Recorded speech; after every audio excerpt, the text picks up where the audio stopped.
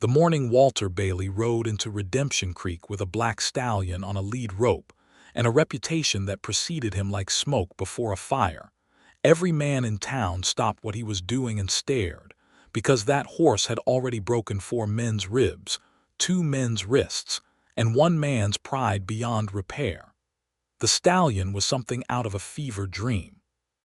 16 hands high, coat so dark it seemed to swallow the morning light whole, with a white blaze running down his nose like a bolt of lightning frozen in time. He moved with the controlled fury of a storm system that had not yet decided where to land, hooves striking the packed earth of Main Street in rhythms that sounded almost like a warning. Men pressed back against storefronts and hitching posts as Walter guided the animal through, not because Walter asked them to, but because something in the horse's eyes suggested that proximity was unwise. Walter himself was 28 years old, lean and weathered from a life spent mostly outdoors, with dark brown hair that curled slightly at the collar of his duster, and eyes the color of good whiskey held up to candlelight. He was not the biggest man Redemption Creek had ever seen, but he carried himself with the kind of quiet certainty that made men twice his size give way without knowing exactly why they had done it. He pulled up in front of the livery stable on the south end of town, dismounted his own horse, a steady roan gelding named Copper, and walked the stallion into the yard with the same calm deliberateness he might use to carry a cup of full coffee across a room. The liveryman, an older fellow named Gus Whitmore, came out wiping his hands on a leather apron and took one look at the black horse and took 2 steps backward. "Lord Almighty," Gus said. "Is that the Bailey Black they've been talking about up in the territory?" "His name is Storm," Walter said without particular emotion, "and he is not for sale." "I didn't ask to buy him," Gus replied very honestly. "I was going to ask if he bites." "Only if you deserve it." Walter looped the lead rope around a post with a knot so specific and deliberate it looked almost ceremonial. "I need board for 2 horses and a stall that does not share a wall with the main stable. Storm does not do well with neighbors." Gus scratched the back of his neck and squinted at the stallion, who had gone very still in the way that wild things go still, not from peace, but from concentration. "I can do that." "What brings you to Redemption Creek, Mr. Bailey? We do not get horse trainers of your particular reputation passing through without a reason." Walter handed over a coin without counting it. "I heard a rancher by the name of Caldwell has a problem." Gus's expression shifted into something complicated. "Harlan Caldwell, yes, lost 3 good hands to that horse of his. A gray Mustang mare he bought off a Comanche trader 6 months ago. Beautiful animal, mean as a drought." Walter nodded once, as if this confirmed something he had already suspected. "That is the job." He did not say much else. That was another thing about Walter Bailey. He used words the way a man in the desert uses water. Carefully, only when necessary. He had grown up in the hill country of central Texas, the son of a horse trader who taught him to read animals before he could reliably read words, and somewhere along the way the language of horses had become more natural to him than the language of men.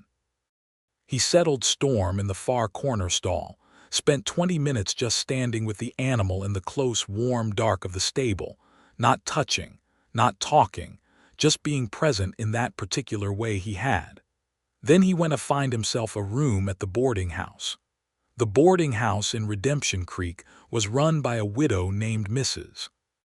Clara Pruitt, a formidable woman in her late 50s who kept the curtains starched and the rules clear: no drinking on the premises, no smoking inside, and supper was served at 6 o'clock whether you were hungry or not. She showed Walter to a room on the 2nd floor with a window that looked out over the back lot, took his $3 for the week, and informed him that there was one other boarder currently in residence. "A school teacher," Mrs. Pruitt said, with the tone of a woman who approved heartily of school teachers. "Miss Beatrice Walker arrived from Missouri 3 weeks ago. Proper young woman, educated. She teaches at the new schoolhouse on Elm." Walter said that was fine and set his saddlebag down on the narrow bed. He did not meet Beatrice Walker until supper. She was already seated at the dining table when he came down at 5 minutes past 6, which earned him a pointed look from Mrs. Prout and no comment, because Mrs. Prout had learned in 50-odd years of living that pointed looks were usually sufficient. Beatrice Walker sat across from the empty chair at the head of the table, and Walter's first impression of her was so immediate and so unexpected that it stopped him for a fraction of a second in the doorway before he recovered himself and moved to sit down. She was 24 years old and had the kind of face that did not hit you all at once, but rather revealed itself gradually, the way a landscape does when morning fog burns away. First the strong, straight line of her jaw, then the intelligence in her dark eyes, then the full, serious curve of her mouth, and finally the small scar at the corner of her left eyebrow that somehow made everything else more real. Her hair was the deep red-brown of mahogany and pinned up in a practical way that suggested she had done it quickly and thought about it very little, which suited the rest of her. She looked up when he sat down, and her expression was neutral and assessing in a way that reminded him absurdly of Storm. "You must be the new boarder," she said, not warmly, not coldly, just directly. "Walter Bailey," he said. "Beatrice Walker." She passed him the bread basket without being asked. "Mrs. Prout mentioned you train horses." "I do. Difficult ones, I hear." He looked up from the bread. "Where did you hear that?" "Redemption Creek is not a large town, Mr. Bailey." Information travels fast. She picked up her fork. "I overheard Gus Whitmore telling his son about a horse trainer coming through with a black devil of a stallion. His words, not mine." "Storm is not a devil," Walter said, and there was something in his voice when he said the horse's name, a softness that did not match the rest of him and was gone as quickly as it appeared. "He is just particular." Beatrice looked at him for a moment with those assessing dark eyes, and then the corner of her mouth moved in what might generously be called the beginning of a smile. "Is that what they call it?" Mrs. Prout bustled in with a pot of stew, and the conversation moved to safer ground: the weather, the state of the roads between Redemption Creek and the county seat, the fact that the schoolhouse needed a new window pane, and the town council had been slow to act on it. But Walter found himself listening to Beatrice Walker talk about the window pane with an attention he could not quite account for, because she spoke about it with the specific quiet determination of someone who was going to solve the problem herself if the town council did not get around to it, and he found he believed her entirely. He went to bed that night thinking about two things: the gray Mustang mare at Caldwell Ranch that he had not yet seen, and the way Beatrice Walker had passed him the bread without being asked, like she had noticed he was there before he had announced himself. He rode out to Caldwell Ranch the next morning. Harlan Caldwell was a thick-necked man of 50 with sunburned hands and the permanent squint of someone who had spent decades looking into horizons and finding them disappointing. He met Walter at the gate with two of his remaining ranch hands and led him around back to a separate corral where the gray Mustang was being kept. Walter stood at the fence and looked at her for a long time. She was genuinely beautiful. Gray coat with dappling that shifted like water in light, strong hindquarters, a neck that arched with a kind of fierce elegance. But it was her movement that told the real story. She did not pace the corral in the frantic, repetitive way of a horse that had been broken and was fighting back. She moved with the contained, purposeful energy of an animal that had never been broken at all, that had somehow arrived in this situation with her wildness completely intact, and she was not fighting the fence because she did not respect the fence enough to fight it. She simply moved within it like water in a glass, aware of the boundaries, resentful of them and waiting. "What do the hands call her?" Walter asked. Caldwell's lip twitched. "Some names I would not repeat with a lady present." "There is no lady present." "Ghost," said one of the ranch hands, a young man named Pete Garrett with a healing wrist that told its own story. "We call her Ghost." "Ghost." Walter turned the name over and found it fit. 3 weeks, he told Caldwell. "Standard terms, I work alone. No interference from your hands. If I need something, I will ask for it. If I do not ask for it, I do not need it." Caldwell scowled but nodded. He was a practical man underneath the squint, and he needed this mare settled because she was worth more than all his remaining hands put together, and he was running out of hands. Walter spent the first 3 days doing nothing that any of Caldwell's men could understand. He would come to Ghost's corral in the morning, and he would sit on the top rail of the fence, and he would simply be there. He brought no ropes, no bridle, nothing that announced intention. He sat and he watched the sky, and occasionally he would look at the mare and then look away again, as if she were incidental, as if she were a feature of the landscape rather than the whole reason he was there. Ghost ignored him on the first day with the majestic indifference of an empress. On the second day she moved closer, then veered away. On the third day she stood 12 feet from the fence and blew through her nose at him, which was, in Walter's understanding of horses, the beginning of a conversation. He went back to town on the third evening and found Beatrice Walker sitting on the porch of the boarding house with a book open in her lap and the last of the day's light failing around her.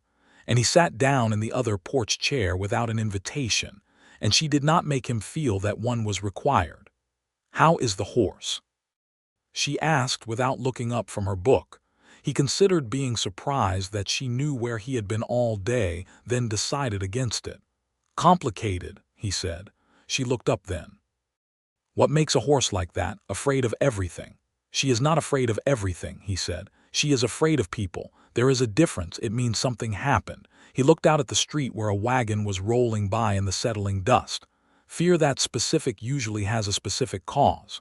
Beatrice was quiet for a moment, and then she said, "That is true of people too." He looked at her. She was looking back at her book, but she was not reading it. He could tell because her eyes were not moving. "Did you come to Redemption Creek because of something that happened?" he asked. It was the most personal question he had asked anyone in years, and he was not entirely sure where it came from. She glanced at him sideways. "That is a direct question, Mr. Bailey. You can tell me to mind my business." She considered it. "I came because I wanted to do something that was mine," she said finally. "I had a teaching position offered to me in Missouri, close to home, close to family. It was a sensible choice. Redemption Creek was the other offer, further, harder, less certain, and it was the one I took." A small pause. "My mother cried for a week. Do you regret it?" "I have been here 3 weeks. Ask me in a year." But there was something in her voice that suggested the question was more complicated than the answer admitted, and he filed that away because Walter Bailey, for all his silence, was a careful listener. They sat on that porch for another hour while the stars came out over Redemption Creek, saying very little, which somehow felt like a great deal. Over the following 10 days, Walter's mornings belonged to Ghost, and his evenings increasingly belonged to Beatrice Walker, though neither of them would have put it that way, or put it any way at all.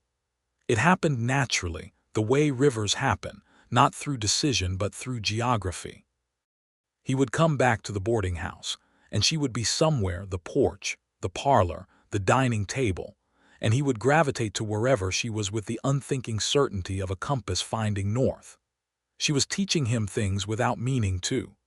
She talked about her students the way he talked about horses, or would have if he talked more, with the patient, interested attention of someone who understood that understanding someone took time, and that the time was worth taking. She had 12 students ranging in age from 6 to 14, and she knew each of them individually, their particular difficulties, their particular gifts, the difference between a child who was struggling and a child who had given up, and what you had to do differently for each. He told her about Storm one evening in the second week, which surprised him because he did not talk about Storm to anyone. Storm had come to him at 3 years old, feral and furious, the survivor of a bad situation involving a previous owner that Walter did not like to think about too long. He had spent 18 months with that horse before Storm let him touch him, and another year after that before Storm let him ride. Most people who heard that story said he should have given up, cut his losses, found a horse worth the trouble. Walter did not know how to explain that Storm was not a problem to be solved. Storm was a being that deserved the time. Beatrice listened to this whole account without interrupting, which was notable because she was not a woman who had difficulty interrupting when she disagreed with something. When he finished, she said, "He sounds like the most loyal horse alive." "He is," Walter said simply.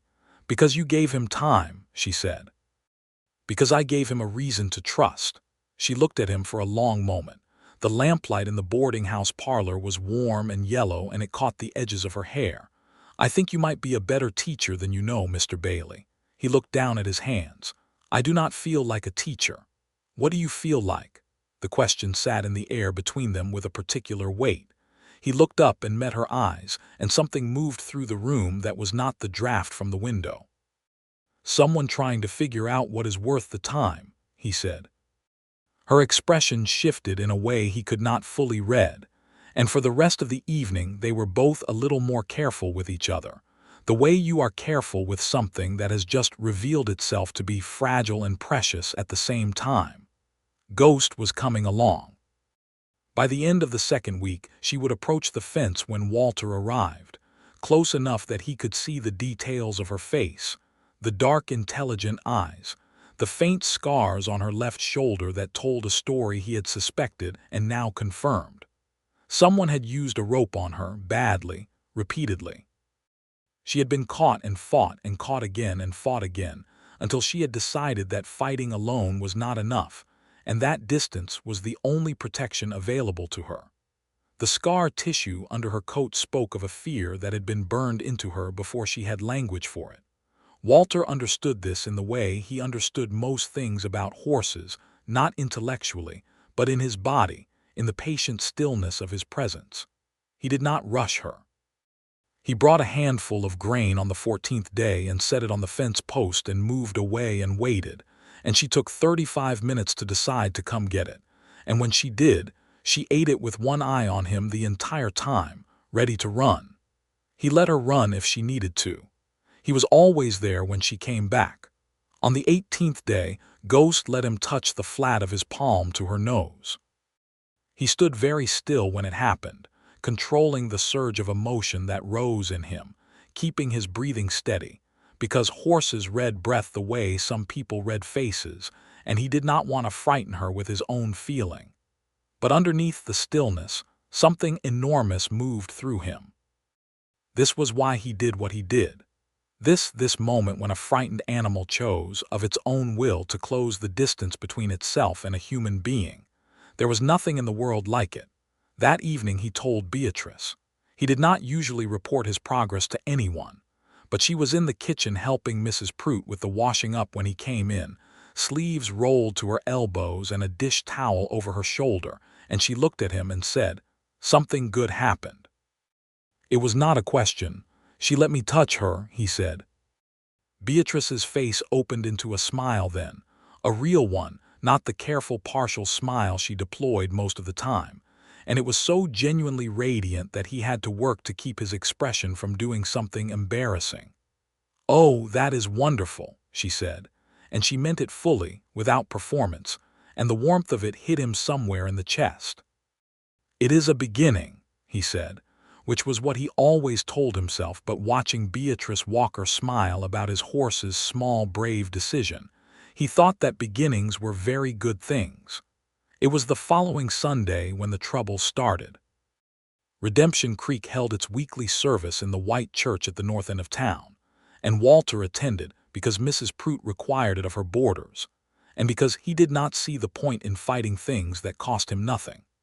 He sat in the back pew and was paying very little attention to Reverend Halsey's remarks about patience and reward when he became aware that something was happening 3 rows ahead, where Beatrice Walker sat with her hands folded in her lap and her back very straight. 2 seats away from her, a man named Doyle Marsh was making a remark to his companion that Walter could not hear, but that was clearly audible to Beatrice, because her back had gotten straighter in the particular way that meant she was containing something. Doyle Marsh was the son of one of the town's wealthier families, a man of about 32 who had a reputation for being the sort of person who expressed his opinions loudly in proportion to how little anyone had asked for them. He had apparently been expressing opinions about the schoolteacher, specifically about what a woman from Missouri was qualified to teach Western children, and what she was doing in this town without a husband to account for her presence. Walter became aware of this slowly, the way water gets warm, and by the time the service ended and people were filing out into the bright October morning, Doyle Marsh was still talking, and Beatrice Walker was standing very still on the church steps, with a look on her face that Walter had learned to read over the past 3 weeks, the look of a woman who was deciding whether something was worth the fight. He came to stand beside her, not between her and Marsh, not in a way that was protective or theatrical, just beside her. Marsh looked at him. "Bailey," he said, with the particular brand of familiarity that men like Marsh used to indicate they considered themselves better than you while pretending to be collegial. "Settling in all right. Good work you are doing out at Caldwell's, from what I hear." "Thank you," Walter said, pleasantly and without particular feeling. Marsh looked back at Beatrice. "Miss Walker and I were just discussing the matter of curriculum. I have some views about what children in this territory need to be learning." "I am sure you do," Beatrice said, with a calm so perfect it was almost alarming. "And when the school board asks for them, I will be very interested to hear them. In the meantime, the curriculum is set by the county superintendent and I follow it, and my students are learning." Marsh smiled in the way that people smile when they have decided the other person does not understand the situation. Of course. But a woman alone, out here, people wonder, is all." "People may wonder whatever they like," Beatrice said. "Good morning, Mr. Marsh." She turned and walked away with the kind of posture that allowed no follow-up, and Walter fell into step beside her without being asked. They walked half a block before she exhaled and said, in a voice that was still controlled but had something hot underneath it, "I despise men who do that." "Do what specifically?" "Act as though my presence requires their approval." She stopped at the corner and looked at him. "I have a contract from the county school board. I have a teaching certificate from the state of Missouri. My students like me, I believe. And yet here is Doyle Marsh explaining to me that people wonder." "People do wonder," Walter said. She looked at him sharply. "That does not mean they are right to," he said, "or that it is any business of theirs. I'm only saying that men like that usually represent a larger current of opinion, and it is worth knowing about rather than being surprised by." She considered this, then nodded slowly. "You are right, I suppose. I did know.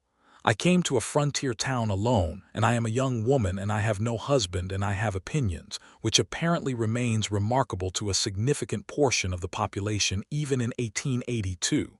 She paused. "That does not make it less infuriating." "No," he said, "it does not." They walked on in silence, and then she said, without looking at him, "Thank you for standing there. I did not do anything. I know that is what made it useful."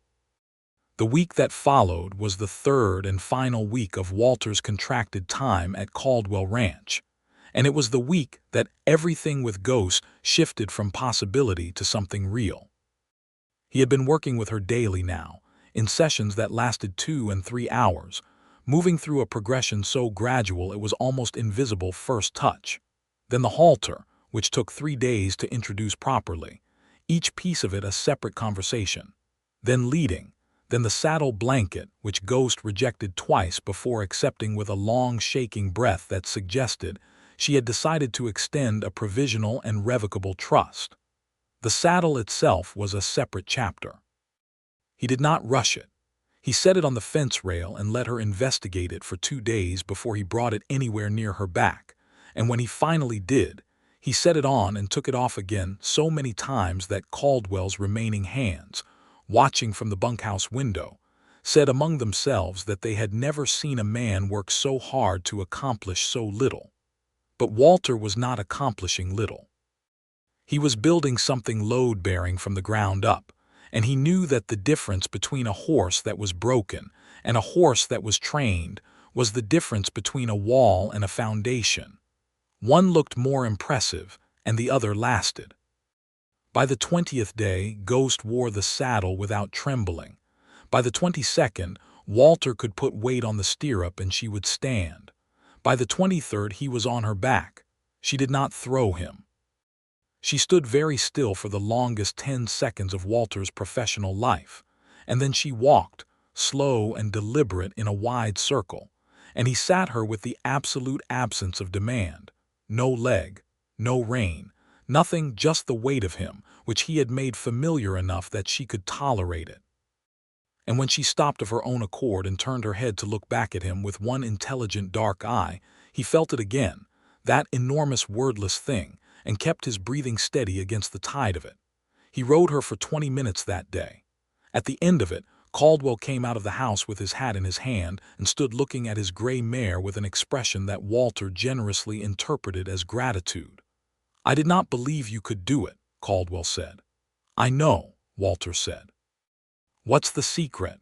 Walter dismounted and stroked Ghost's neck once, which she permitted. "There is no secret. There is only time and the willingness to spend it." That evening, he went back to town thinking about the fact that his 3 weeks were nearly up, which meant his reason for being in Redemption Creek was nearly resolved. He had no other job lined up in this particular town. He could go north to the Panhandle, where he had contacts who sometimes needed his work, or back toward the hill country where he knew the land. He could go anywhere, which was the great freedom of his life, and which had never before struck him as anything other than freedom. He sat down to supper, and Beatrice passed him the bread without looking and said, "You have that face." "What face?" "The face of a person thinking about something they do not want to think about." Set down his fork. Mrs. Prout was in the kitchen, and it was just the two of them at the table, and the evening light was coming through the window at the particular angle that made everything look like something worth preserving. "My work at Caldwell Ranch is finishing this week," he said. She looked at him. "I see. I do not have another job in Redemption Creek." "No," a pause. "Will you go looking for one?" He met her eyes. "That depends." Something shifted very slightly in her expression. "On what?" "On whether there is a reason to stay." The words fell between them like a stone dropped into still water, and the ripples moved outward in the silence that followed, and Beatrice Walker looked at him with those dark, assessing eyes and did not look away, and the color that rose in her face was the first time he had seen her flustered in 3 weeks of careful observation. "There are wild horses in the creek valley below the Caldwell property," she said finally. "I have seen them from the schoolhouse window on clear days. Some of the ranchers have been wanting someone to work with them." He was quiet for a moment. "Is that the reason?" She looked down at her hands. "I have not been here long enough to know if I am a reason," she said quietly. "But I would not be sorry if you stayed." It was possibly the most measured declaration he had ever heard, delivered by possibly the most careful person he had ever met, and it meant more to him than any more elaborate statement could have, because it was true in a way that allowed for no exaggeration. She was not promising him anything. She was telling him with as much honesty as she could manage that his presence in this small western town meant something to her. He could do with that what he chose. He chose to stay. He did not announce it dramatically. He simply did not pack his saddlebag at the end of the week.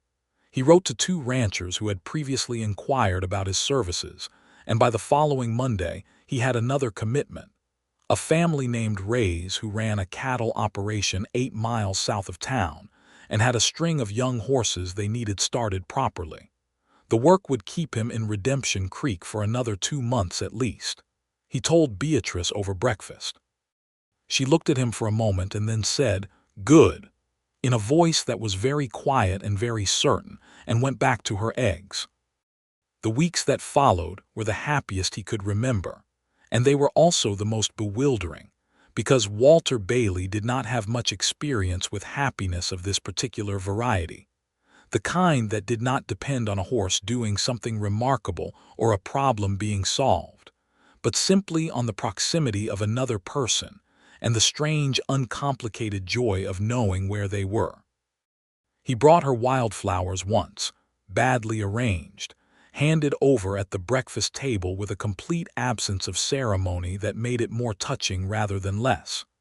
She put them in a glass on the kitchen windowsill, and they were there for 2 weeks until they were beyond even optimistic preservation. She did not make a great deal of it. She said thank you and went on eating, and something about the ease of it made his chest ache pleasantly. He started escorting her to the schoolhouse in the mornings.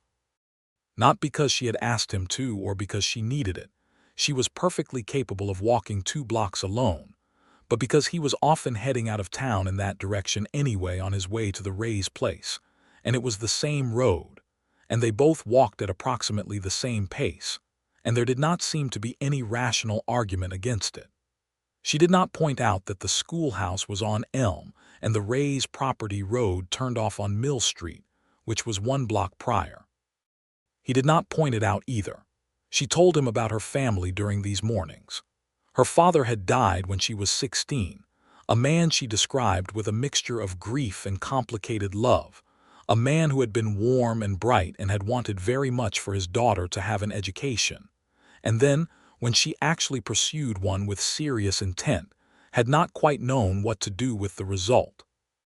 Her mother was alive and worried, in the way that mothers worried, with the particular species of worry that expressed itself as frequent letters about the dangers of frontier life and suggestions regarding marriageable men in their home county.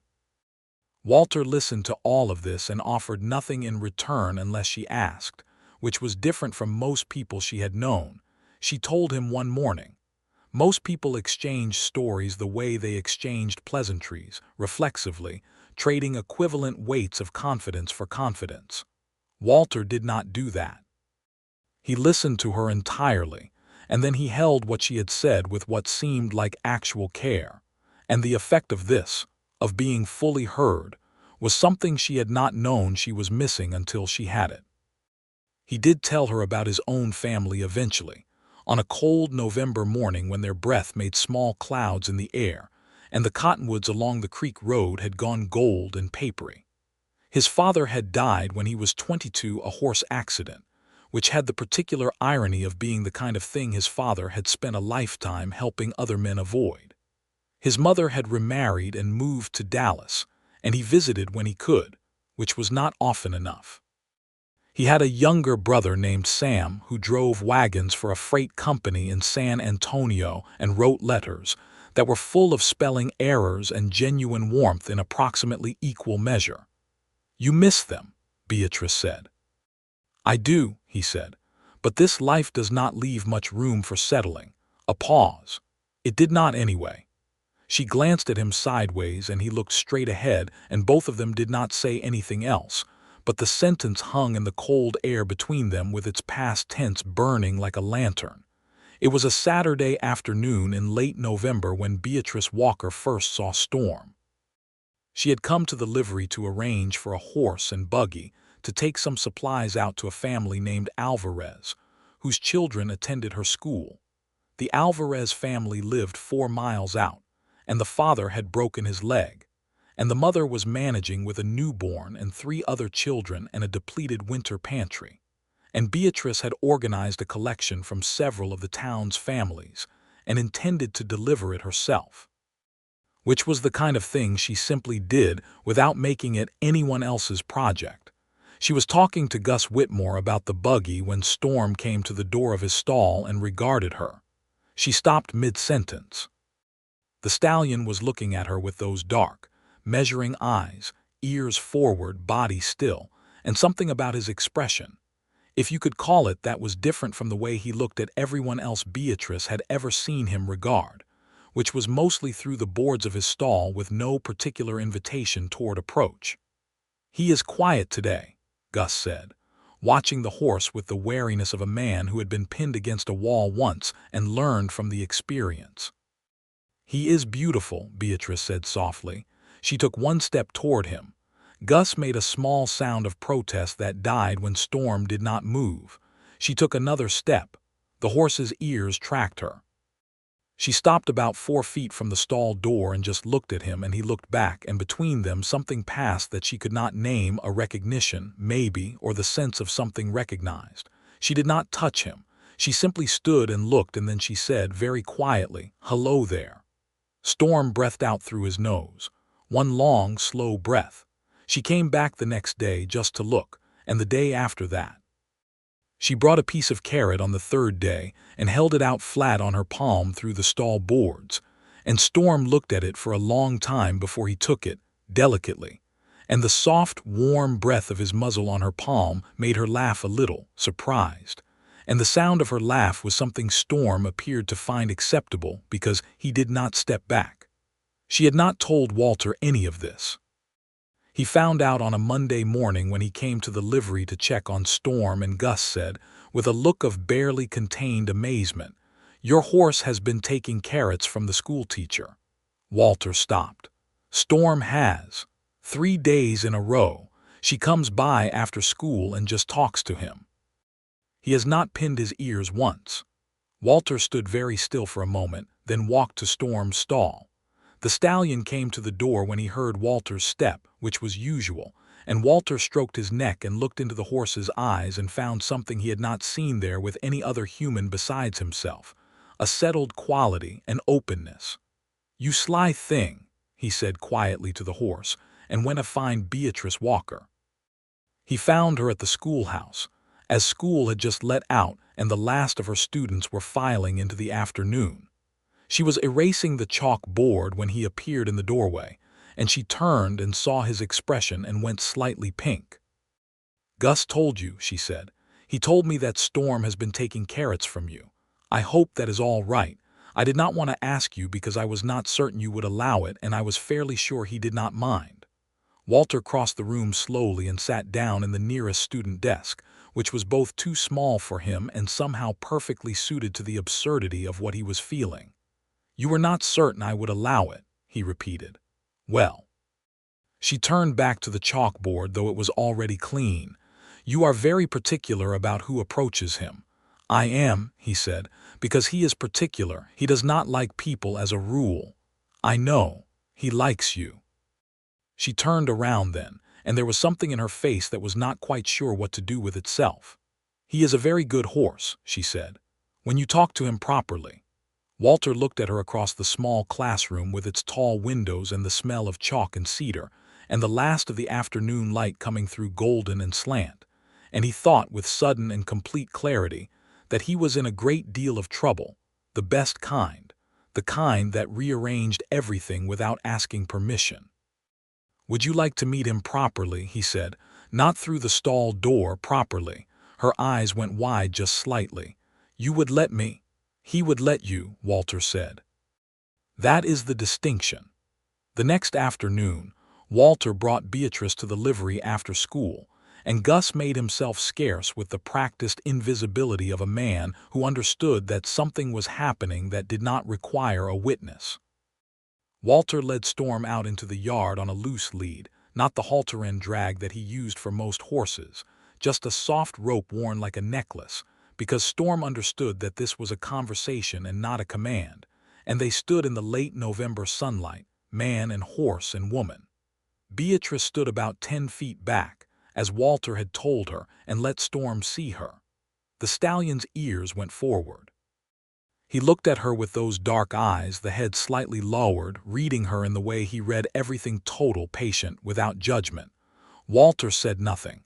He was watching Storm, reading him, ready to interpose himself if anything changed. But nothing changed. Storm took one step toward Beatrice, then another. Then he stretched his neck out with the careful extension of an animal doing something it had decided on entirely by itself, and his nose touched her shoulder, and she made a sound very quiet, halfway between a breath and a word, and brought her hand up slowly to stroke the hard, beautiful line of his jaw. Storm stood there and allowed it. Walter realized, watching this, that his hands had gone cold, not from cold air but from the inside. He was watching Storm do something he had never done for anyone except Walter, and he was watching Beatrice Walker receive it with the instinctive, natural gentleness that he had seen her extend to her students, and to Mrs. Prout, and to the stray dog that had taken up residence behind the boarding house, but never before to a horse, and yet she looked like she had been doing it always. "He is extraordinary," she said softly, not looking away from Storm's face. "Yes," Walter said, and he was not looking at the horse. She looked up and caught him looking, and this time the color in her face was slower to arrive and slower to leave. And Storm moved his head slightly, and they both glanced at him and then looked back at each other. And Walter thought that if the horse could have contrived a better moment to create, he would have been very impressed by the planning. "Beatrice," he said. "Walter." She had not used his given name before. She had been Mr. Bailey for 11 weeks, with a formality that was half habit and half armor. His name in her voice was different, shorter, more contained, and somehow larger. "I would like to court you," he said, "properly and honestly, if that is something you would want." She looked at him for a long moment, and Storm made a small sound and shifted his weight and was ignored by both of them. "Yes," she said, "that is something I would want." Courting, in Redemption Creek in November of 1882, meant a particular set of small and deliberate things. It meant Walter escorting Beatrice to the church social and standing beside her in a way that was visible to Doyle Marsh, who noted it with visible displeasure and kept his opinions to himself for the first time in memory. It meant Sunday afternoon rides, which Walter arranged with great care. Beatrice had ridden before, though she described her equestrian experience as adequate rather than confident, and he found her a steady, kind mare named Dolly from the Ray's stock who suited her perfectly, and they rode the creek valley on cold, bright days with their breath-making clouds and the land going dormant and brown gold around them.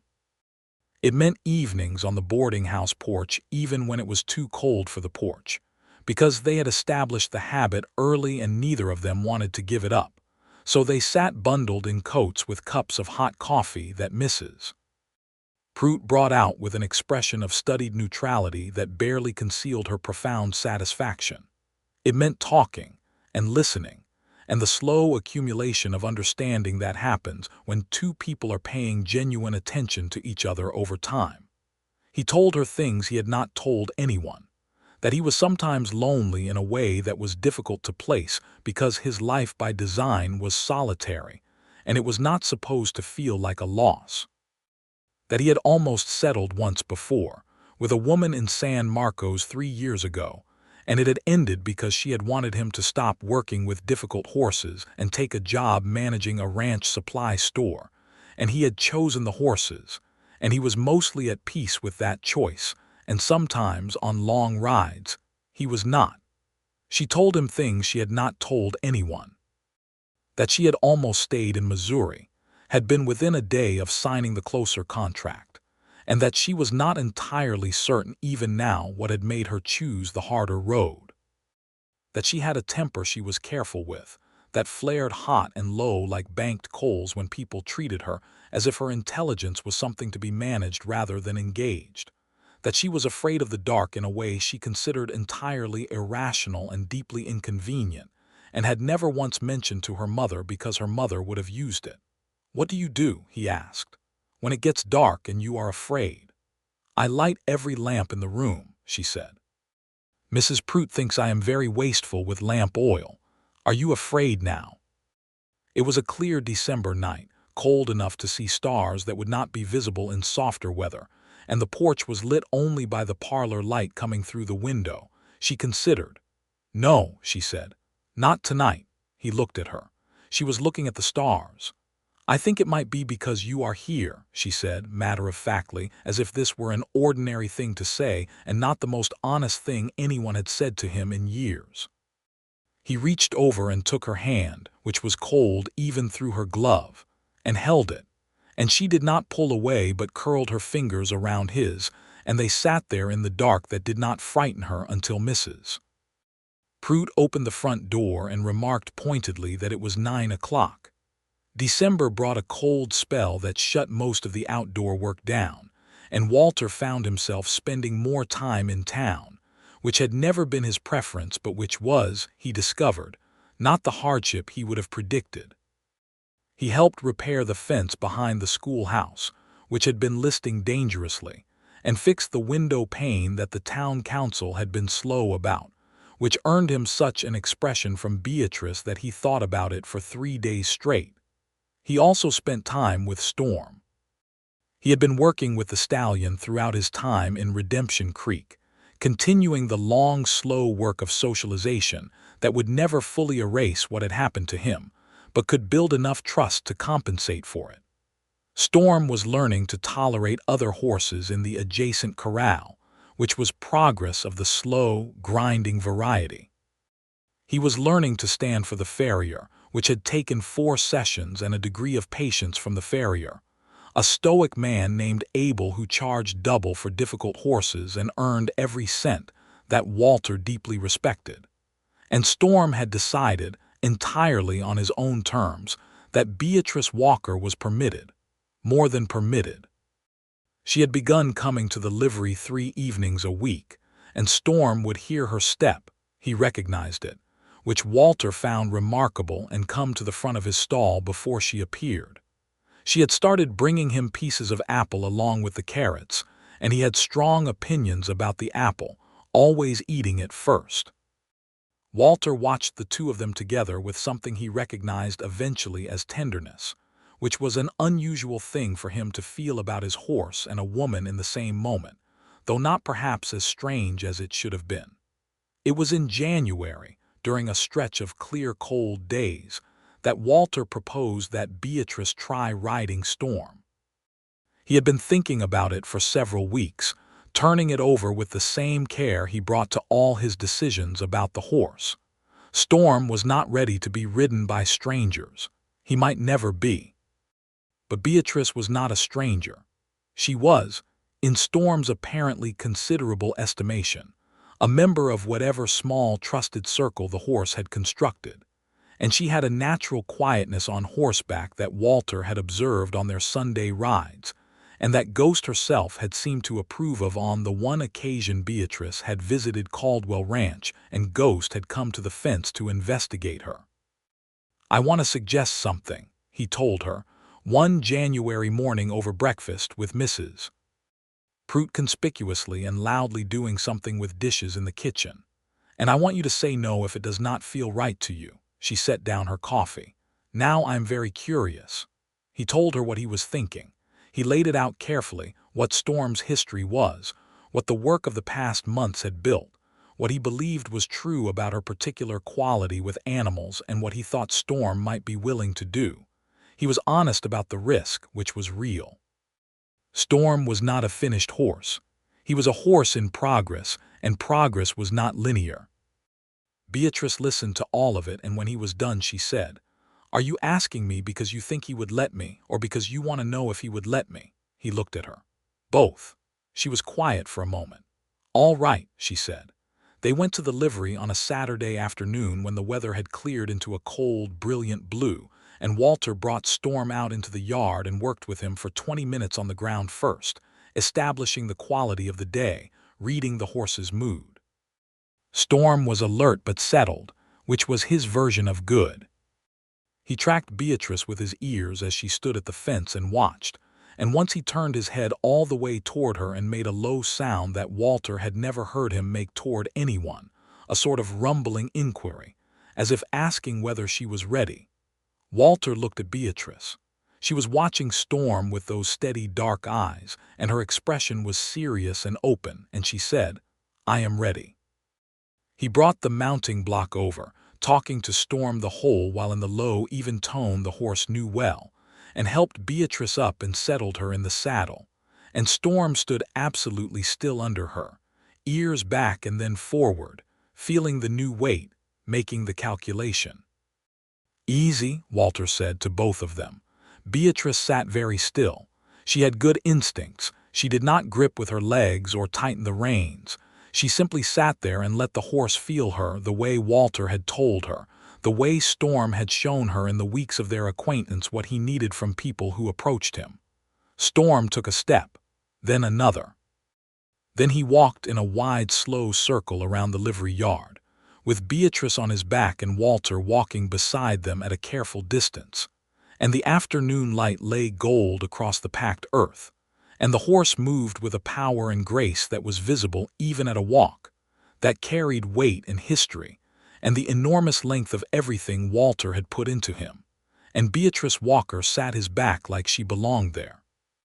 They did 2 full circles, and Storm stopped of his own accord and turned his head and looked at Walter. "Good," Walter said, "to the horse and to the woman both." Beatrice let out a breath and laughed once, short and incredulous, and reached forward to stroke Storm's neck. And the stallion permitted it, standing very still under her hand. And Walter stood in the January sunlight looking at this sight, his horse, his woman, the trust that linked all 3 of them, and felt something resolve in him that had been unresolved for a very long time.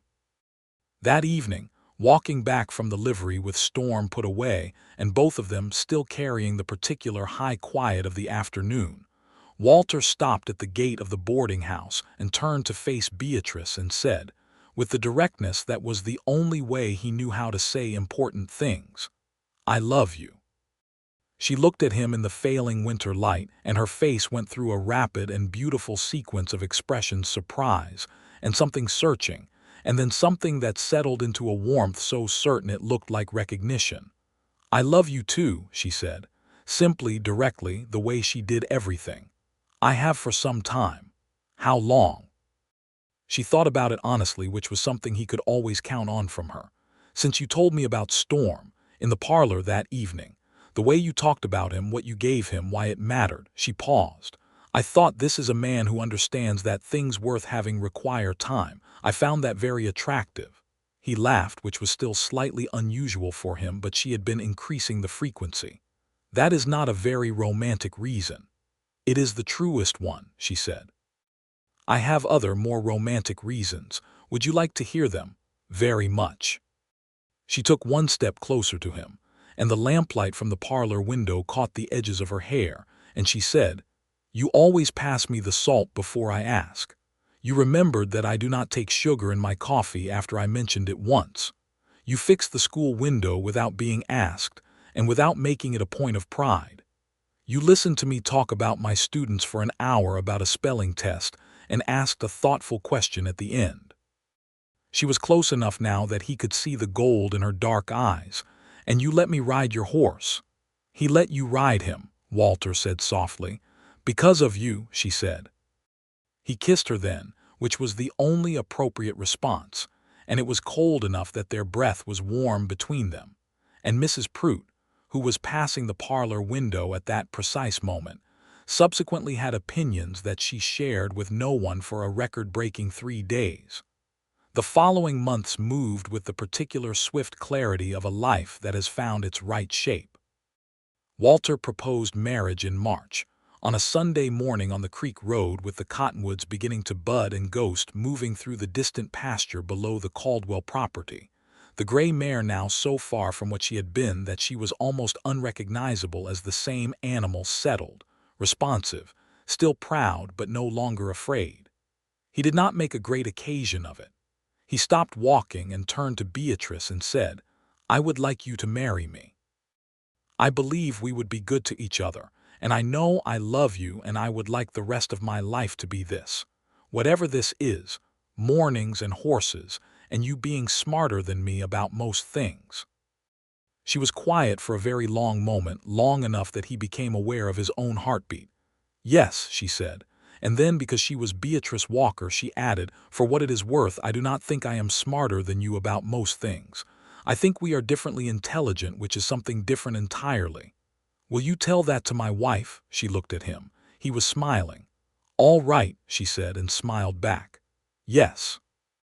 They were married in May of 1883 in the white church at the north end of Redemption Creek, on a morning that smelled of new grass and river water, and the particular sweetness that comes to the plains after spring rain. Mrs. Prout wept with great feeling and no embarrassment. Gus Whitmore attended and sat in the back and said afterward that it was a fine thing, and looked at his boots. Pete Garrett, who had healed up from the wrist injury and gone back to riding for Caldwell, brought a wedding gift of a hand-carved wooden box that he said his mother had made, and it was one of the nicest things anyone gave them. Doyle Marsh was not there, having developed a previous engagement of unspecified nature, which suited everyone. Beatrice's mother came from Missouri and cried for approximately the entire visit, alternating between tears of relief that her daughter had found a husband and tears of sorrow that the husband in question was in Texas, which was so far away. She was a small, warm woman named Ruth who took one look at Walter and then at her daughter and said to Walter, directly and without preamble, "You are going to be good to her." "Yes, ma'am," he said. "I know," she said, as if the statement and the confirmation were both formalities and the conclusion had been reached on other evidence entirely. They stayed in Redemption Creek. Walter had work enough. His reputation had grown during his time there. And by the end of that first year, he had more requests than he could take, which gave him the luxury of choosing those he could do right and declining those that were merely profitable. Beatrice taught through the spring and into the fall, and when she discovered in the summer that she was expecting their first child, she continued teaching because there was no rule that said she could not and because several of her students needed her specifically. And she was Beatrice Walker, Beatrice Bailey now, though she used both names depending on the context, and she did not stop doing things because they were inconvenient. The baby was born in late February of 1884, a boy they named Thomas James Bailey Thomas for no particular reason, except that it suited him, James for Walter's father.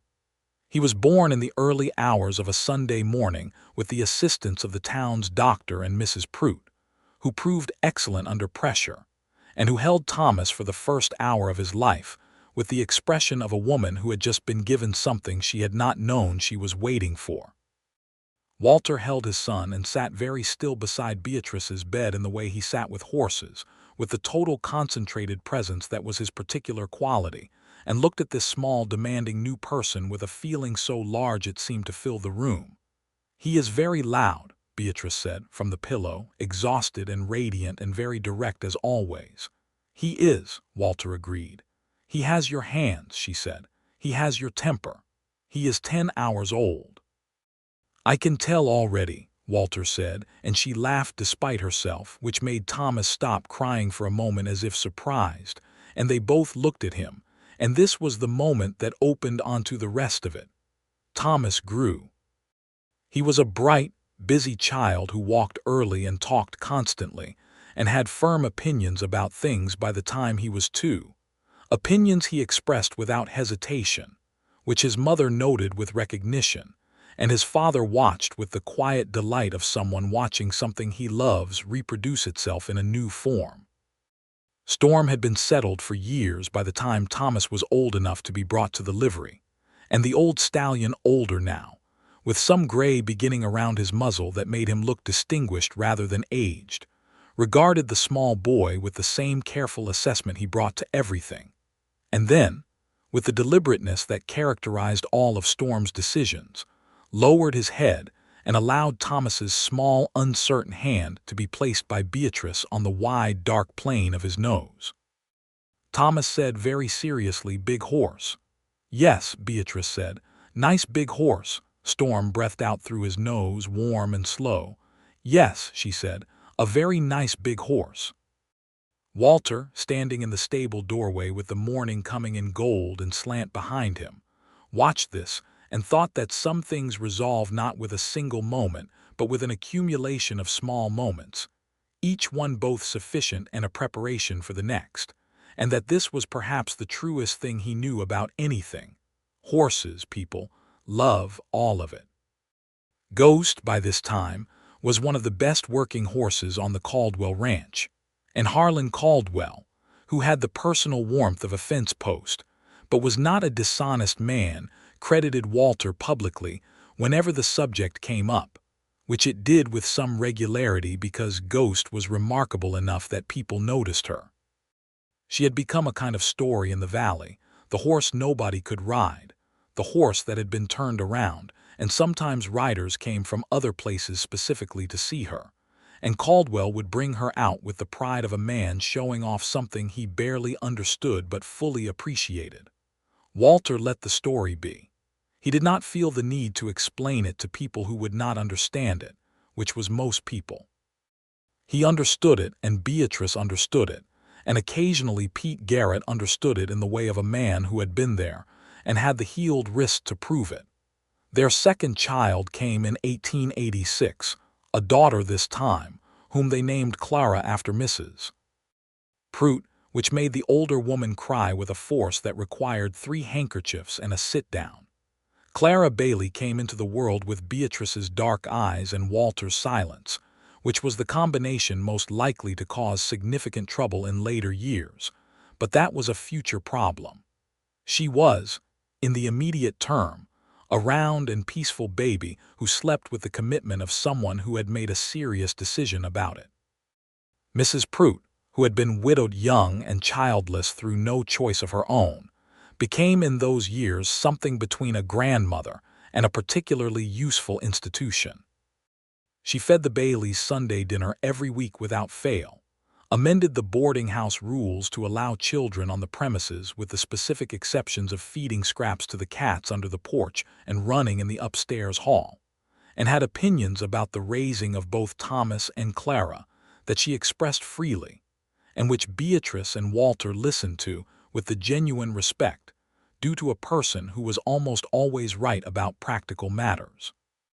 Walter expanded his operation in 1885, taking on a small piece of land 2 miles from town with a barn and a paddock, and enough room for 6 horses at a time. He built a house on it that took him most of a year, and that was not graceful architecturally, but was solid in a way that suggested it had been built to outlast many things, which it had been. Beatrice planted a kitchen garden the following spring and expressed, for the first time in their marriage, genuinely strong opinions about interior arrangement, which Walter accommodated entirely because he had no opinions about interior arrangement beyond a general preference for spaces large enough to move through comfortably. The house faced east, which Beatrice had specified because she liked to see the mornings.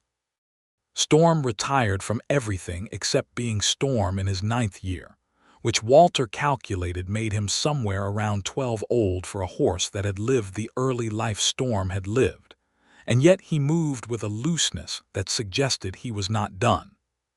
He spent his days in the paddock at the new property, sometimes alone and sometimes alongside Dolly, the gentle mare who had been Beatrice's first horse, and who had become in the way of things Storm's closest companion, which no one who knew Storm's history would have predicted, and which Storm appeared to find entirely natural. Thomas, at 4 years old, was already following Walter around the paddock on Saturday mornings with the single-minded focus of a child who has found his subject. Walter let him come. He did not push the boy toward horses or away from them. He simply let Thomas watch and ask questions, which he did constantly and in great volume, and when the questions were ones Walter could answer he answered them honestly, and when they were ones he could not answer he said so, which Thomas seemed to find more satisfying than a wrong answer would have been. "How do you know what the horse is feeling?" Thomas asked one morning regarding Storm with the profound seriousness of a 4-year-old confronting a genuine mystery. Walter considered the question, which deserved a real answer. "You watch. You pay attention to all the parts at once, his ears, his feet, the muscles in his neck, how he is breathing. None of those things by itself tells you everything. All of them together tell you the truth." Thomas nodded slowly, as if storing this for later use. "It is the same with people?" he asked. Walter looked at his son for a moment, surprised. "Yes," he said, "exactly the same." Beatrice, overhearing this from the fence, caught Walter's eye across the paddock, and the look between them was the kind of look that does not need language, that has its own grammar built from years of attention paid, and the morning was warm, and the horses were quiet, and everything was where it was supposed to be. In the fall of 1888, something happened that closed a loop Walter had not known was open. A man came through Redemption Creek with a horse, a young bay gelding, maybe 4 years old, with the unmistakable marks of bad handling that Walter had learned to read at a distance. The man was passing through on his way west and wanted to sell, and he brought the horse to the livery, and Gus sent him out to Walter's place without preamble.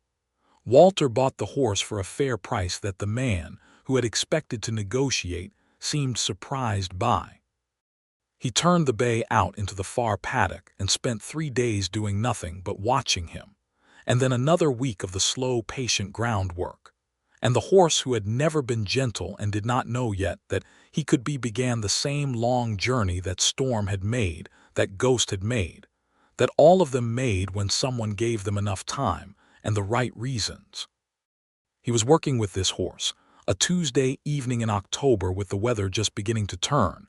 When Beatrice came out from the house with Thomas on one hip, Clara was already asleep inside and a cup of coffee in her other hand, which she handed to him over the paddock fence. He took it and drank and looked at the bay standing uncertainly at the far end of the paddock, ears moving. "He is getting better," Beatrice said. "Slowly." "Slowly is fine," she said. "You know that better than anyone." He looked at her. She was standing in the last light of the evening with their son on her hip and her hair coming loose from its pins the way it always did by this time of day, and the years of their life together were in her face in a way that made her more beautiful to him, not less, because he knew every line of it and what had made it and what it meant. "I know," he said. "Slowly is usually right." Thomas, regarding the bay horse with the focused attention he had clearly inherited from his father, said, "Is he scared?" "He is," Walter said. "Will he stop being scared?" "Yes," Walter said. "Eventually, when he learns that there is something here worth trusting." Thomas seemed to find this satisfactory. He laid his head on Beatrice's shoulder, and she shifted his weight with the ease of long practice, and the three of them stood there in the cooling evening and watched the horse move cautiously toward the center of the paddock, which was several feet closer to the fence than he had been before. A small thing. But everything was small things, accumulated. That was the way of it. Storm lived to be 20, which was remarkable, and which neither Walter nor Beatrice mentioned out loud as if speaking it might somehow disturb it. He went in the spring of 1891, on a warm morning with the grass coming green on the hills above the creek, lying down in his paddock in the easy way of very old horses who have decided they are finished. And Walter sat with him for the last hour the way he had sat with him at the beginning, quietly, without demand, simply present. He did not cry until Beatrice came out from the house and put her hand on his shoulder, and then he did, quietly and briefly, with his face turned toward the hills, and she stood beside him and did not say anything because there was nothing to say, and she knew that. Later Thomas, who was 7, asked very directly where Storm had gone, and Walter told him with complete honesty, because that was the only way he knew to tell Thomas anything, that Storm had died, that dying was a thing that happened to all living creatures, that Storm had lived a very long and good life after a hard beginning, and that this was something worth being glad about even through the sadness. Thomas was quiet for a long while and then said, "Will we get another horse?" "Yes," Walter said. "There are always more horses that need someone to be patient with them." Thomas nodded. "I could help," he said. "I know," Walter said. "I was counting on it." In 1892, Redemption Creek had grown enough that a second schoolteacher was hired, which reduced Beatrice's load and allowed her, finally, to take on the advanced students she had been wanting to teach for years. The ones who were 14, 15, who had outpaced what the schoolhouse curriculum officially offered, and whom she had been supplementing on her own time with literature and mathematics and what she called plain reasoning, by which she meant the ability to think about a problem from multiple angles rather than the nearest one. The school board, which had had opinions about this, eventually stopped having opinions about it because 3 of Beatrice's students had gone on to further education in the county seat, a thing that had not happened from Redemption Creek before, and results tended to quiet people who dealt primarily in results.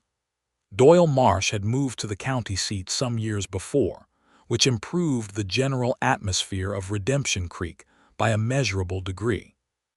Clara, at 6, had the Walker determination and the Bailey patience in a combination that her parents regarded with a mixture of pride and respectful caution, and she had already made clear her views on the subject of horses, which were that she loved them, a fact that surprised no one in the family, and which Walter began to accommodate with the quiet, systematic thoughtfulness he brought to everything.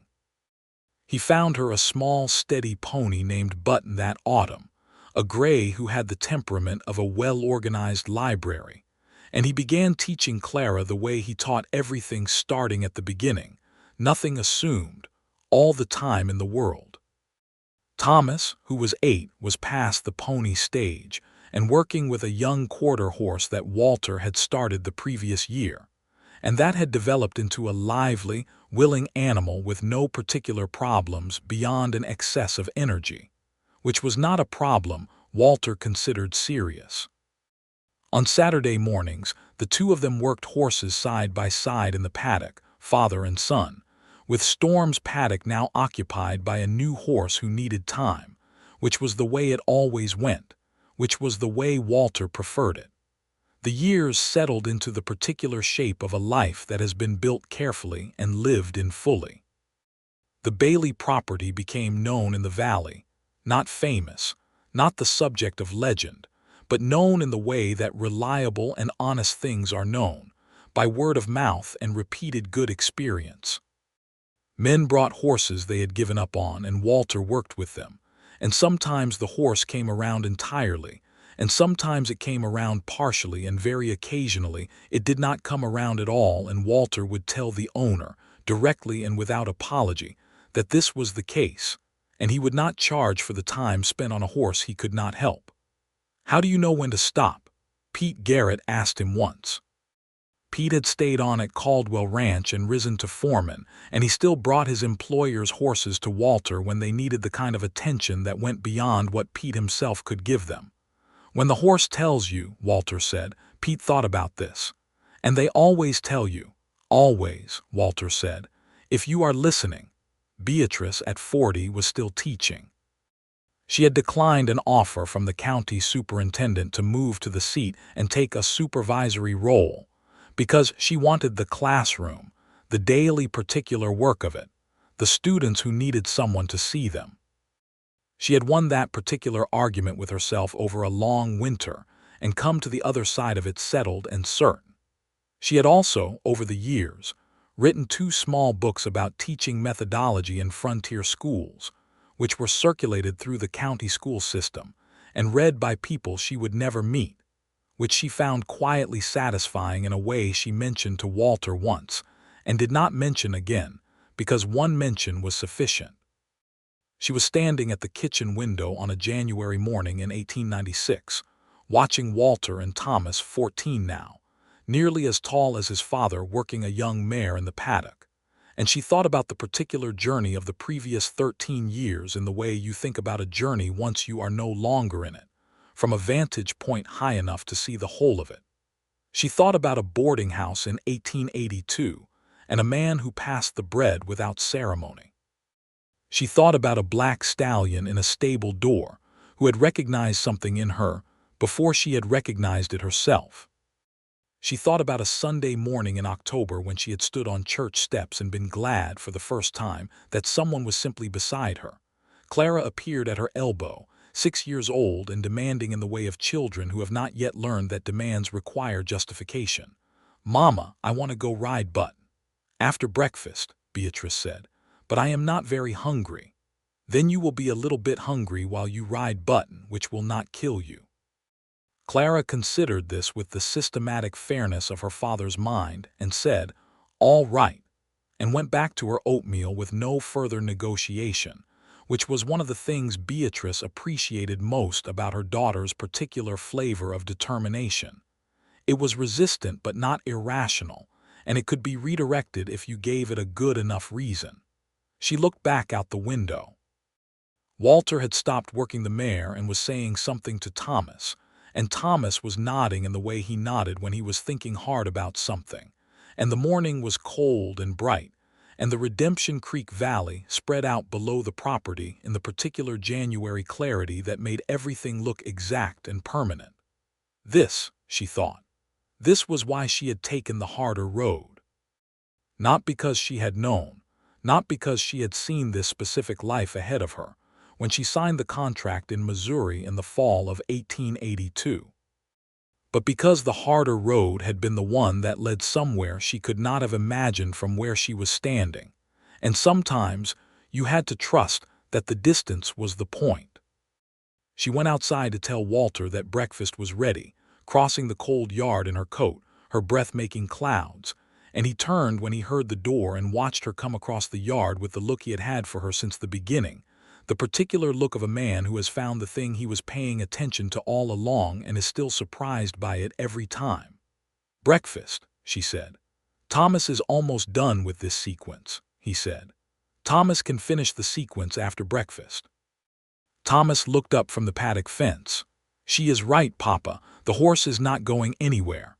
"The horse is definitely not going anywhere," Beatrice said. "Come in out of the cold." Walter came in out of the cold. They sat down at the table, the four of them, because this was the shape their mornings had taken, all of them present, all of them accounted for, and Mrs.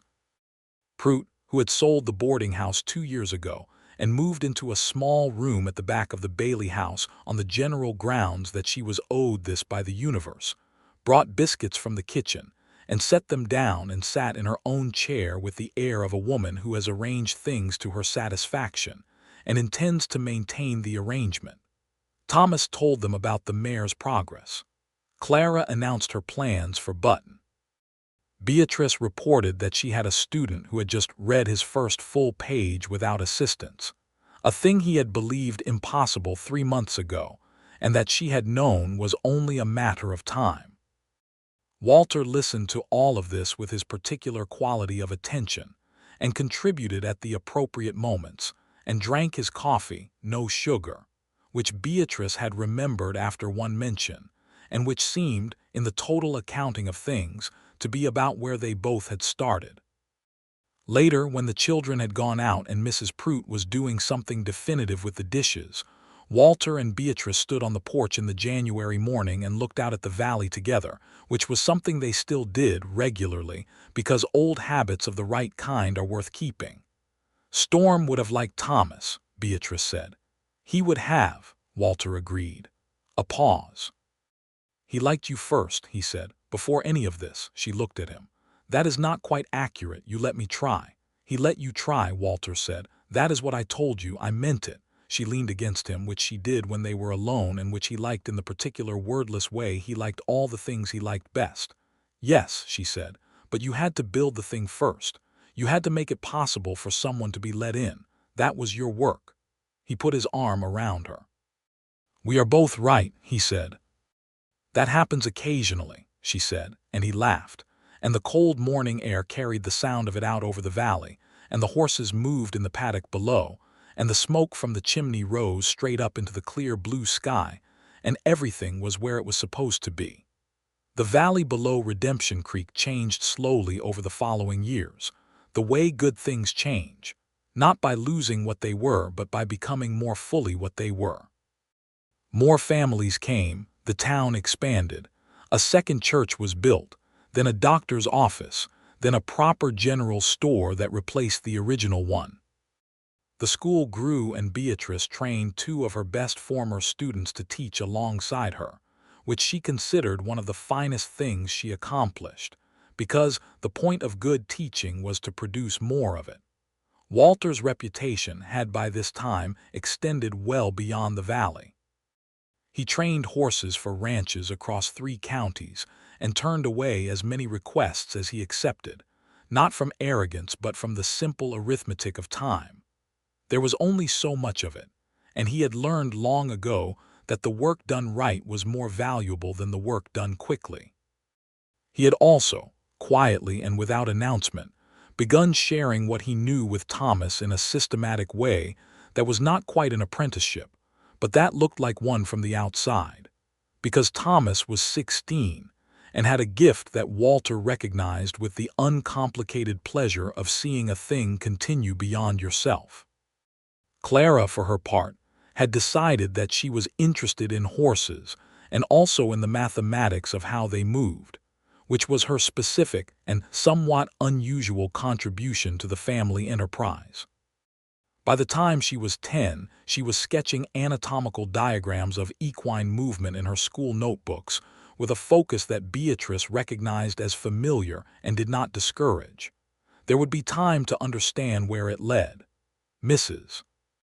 Prout died in the winter of 1899, at the age of 74, which was a very good age for a woman who had lived as full a life as she had, and she went peacefully in her sleep in the room at the back of the Bailey house, in the narrow bed with the good quilt, and was buried in the church cemetery with a service attended by what appeared to be most of Redemption Creek, because there were a great many people who had passed through her boarding house over the years and been housed and fed and set right by her. And they had not forgotten. The Bailey family sat together at the front of the church, Thomas on one side of Beatrice and Clara on the other, and Walter at the end of the pew, and all four of them cried quietly and without apology, because Clara Prout had been a person worth crying for, and they had all known it. Beatrice gave a small address about her, which she had written by lamplight the previous night, and which was very good, direct and warm and specific. The way Beatrice was about everything, with no false sentiment and no sentimentality, and all the real feeling that made sentimentality unnecessary. After the service, Walter stood at the graveside for a few minutes by himself, and Beatrice came and stood beside him the way he had once stood beside her on church steps in 1882, simply there, simply beside him, which was still the most useful thing either of them knew how to do for the other. In the spring of 1900, on a morning that tasted of new grass and river water, and the particular sweetness that comes to the plains after spring rain, the same morning smell that had been there on their wedding day, 17 years before, Beatrice stood in the kitchen making coffee, and heard the sound of hooves in the paddock, and looked out the window and saw Thomas working a young horse that he had started entirely on his own, without guidance, and she watched the way he moved with the animal quiet, patient, attentive, and she thought of the man she had married and felt the particular fullness of a love that had not diminished with years, but had only grown more articulate. Walter came in through the back door with mud on his boots and the smell of horses and mourning, and she handed him his coffee without asking, and he took it and stood beside her at the window, and they watched their son together. "He is good," Walter said. "He is very good," she said. "He is better than me in some ways," Walter said, which he said with complete equanimity, because he had long since made peace with the idea that the best outcome of a good life was that it produced things that could go beyond it. "He has your patience," Beatrice said, "and more natural ease, I think, less of the hard ground you had to cover to get there." "That is the point," Walter said. "You build so the next one does not have to dig as deep." She looked at him. The morning light was the particular gold of early spring, and he was 54 years old, and his hair was gray at the temples, and there were lines around his eyes from decades of squinting into horizons, and he was the most familiar person in her world, which was the same as saying the most beloved. "You have always known that," she said, "even with the horses." "You teach it too," he said. "You just do it with words." "You do it with time," she said. He looked at her, and the look was the same look it had always been. Since the night she had told him she was afraid of the dark and he had been there, and it had not frightened her. Since the morning in the livery yard when Storm had walked with her on his back, and the gold of the afternoon had been on all of them. Since the Sunday porch and the bread passed without being asked for, and every small deliberate moment that had accumulated into this. A house, a family, a valley that knew their name. A life that was fully theirs. "I know," he said, "when something is worth the time." She leaned up and kissed him in the kitchen in the morning light, which she still did with the same directness she brought to everything else. And the coffee was warm in their hands, and Thomas was working the young horse in the paddock, and Clara's voice could be heard somewhere upstairs engaged in what sounded like an argument with arithmetic. And the spring morning moved around all of it, unhurried and certain, the way the best things move. Outside, the valley lay open and wide under the April sky, the same valley that had been there in 1882 when a man and a horse arrived in a small western town, and a woman was already there waiting, not for them specifically, not knowing that anything was coming, simply there, having chosen the harder road and made it her own. The creek ran below the property the way it always had, clear and purposeful over the smooth stones, and the horses moved in the paddock in their patient, powerful way, and Redemption Creek sat in the valley of itself, a real place in the world, the size of the real things that happened in it. Nothing was left unfinished. The horse no one could ride had been ridden, by the woman who had been let in by the man who had built the trust from nothing, and who had known from the beginning that the only question worth asking about anything was whether it deserved the time. It had. All of it had. Every slow and careful day of it.